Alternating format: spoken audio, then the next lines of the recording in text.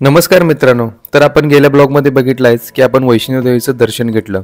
तिथूनच म्हणजे कटरापासून फक्त 50 किलोमीटरच्या अंतरावर असलेलं पत्नी पॉइंट आणि त्याच्याच वर असलेलं हे नत्ता पॉइंटला आपण आज बर्फ बघण्यासाठी आलो आहे. मित्रांनो, तुम्ही वैष्णो देवीच्या दर्शनासाठी जर दरवर्षी जात असाल किंवा जर जायचं प्लॅनिंग करत आहे तर तुम्ही डिसेंबर ते जानेवारी महिन्यात जावा आणि तिथे गेल्यानंतर हे पत्नी पॉइंट आणि नत्ता पॉइंटला जायला विसरू नका. मित्रांनो, आपल्याला दरवर्षी पत्नी पॉइंटलाच बर्फ बघायला मिळतं, पण यावर्षी थोडं बर्फ कमी पडल्यामुळं आपण त्याच्यावर नत्ता पॉइंटला गेलो आणि नत्ता पॉइंट मध्ये पण भरपूर पॉइंट आहेत. तिथलं आपण एक सुंदर पॉइंट म्हणून एक ठिकाण आहे, तिथं आपण यावर्षी बर्फ बघायला गेलो. बर्फाच्या ठिकाणी गेलं तर 100% मायनस टेम्परेचर असतं, पण यावेळी खूप थंडी कमी होती. आपण गेल्यानंतर तिथं 9 ते 10 डिग्री सेल्सिअस टेम्परेचर होतं.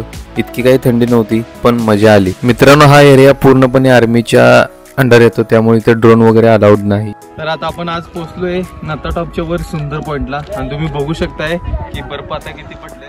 मित्रांनो, आता हा महिना म्हणजे डिसेंबर एंडच्या अखेर इथं बर्फ पडला होता, त्यामुळे आपल्याला जास्त इथं बर्फ फ्रेश दिसत नाही. तरी पण मी तुम्हाला दाखवतोय की इथं कशा पद्धतीने बर्फ पडलाय. आणि तुम्ही जर या ट्रिपसाठी येत असाल तर जानेवारी किंवा डिसेंबर या 2 महिन्यामध्येच या, कारण ज्यावेळी स्नोफॉल पण दिसेल आणि त्याच पद्धतीनं जे फ्रेश बर्फ आहे त्याचा पण आपल्याला आनंद घेता येईल. आणि इथला एक प्रॉब्लेम सांगतो मित्रांनो, आता आपल्याला ते जाणवलं की इथले जे लोकलचे जे गाईड आहेत ते तुम्हाला 100% त्रास देणारच. त्यापासून फर्स्टली तुम्ही सावध राहा सर्वांनी, ही माझी एक विनंती आहे. आणि तुम्ही आता बघू शकताय की आपल्या राईट साईडला जे डोंगर आहेत तिथं पण बर्फ भरपूर होतं, पण आता जे सूर्य पडते म्हणजे आता जी थंडी थोडी कमी झाल्यामुळे तिथलं बर्फ सगळं वितळलं आहे.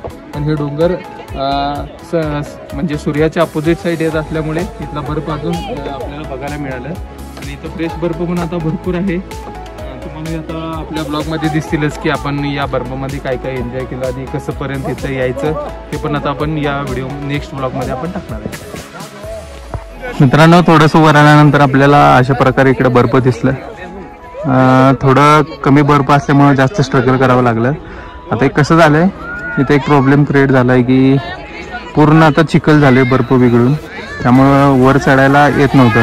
तरी पण आपल्या या चॅतनसाठी आपण वर आलो आणि त्यांना आपला इकडचा हा काश्मीरी लुक दाखवला आणि चांगल्या प्रकारे बर्फ कसा असतो तो पण आपण दाखवला.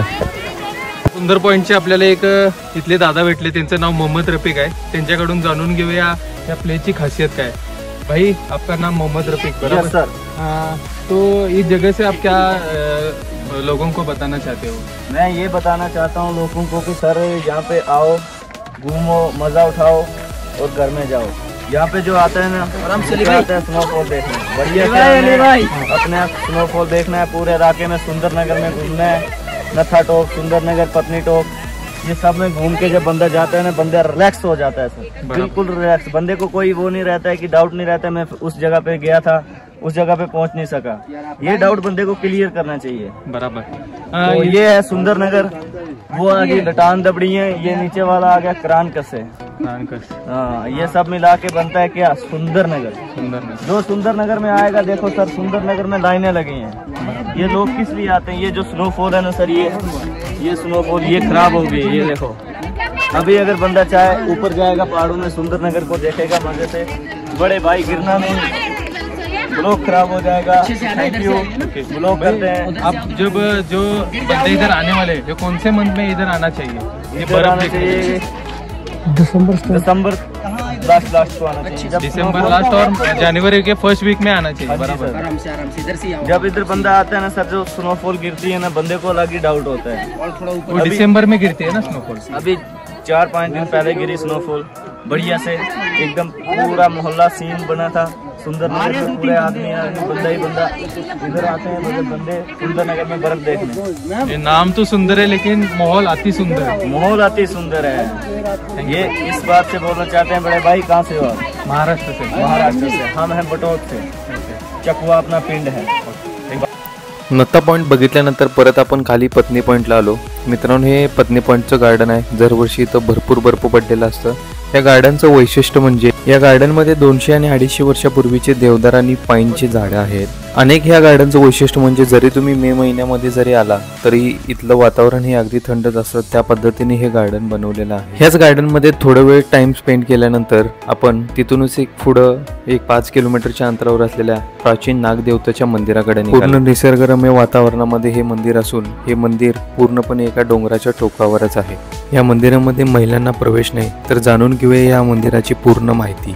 ये मंदिर इच्छाधारी नागदेव का मंदिर है। ये यहाँ इच्छाधारी नागदेवता जो थी ब्रह्मचारी के रूप में प्रकट हुई थी यहाँ पे, इसलिए इसके अंदर लेडीज़ लोग का जाना मना है। उसके बाद ब्रह्मचारी जी ने यहाँ 22 साल तपस्या की थी शेषनाग जी की, जिनका नाम बाबा गुबाज लिखा है बाहर।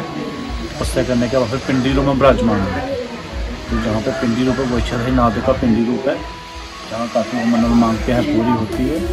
800 साल पुराना मंदिर है ये।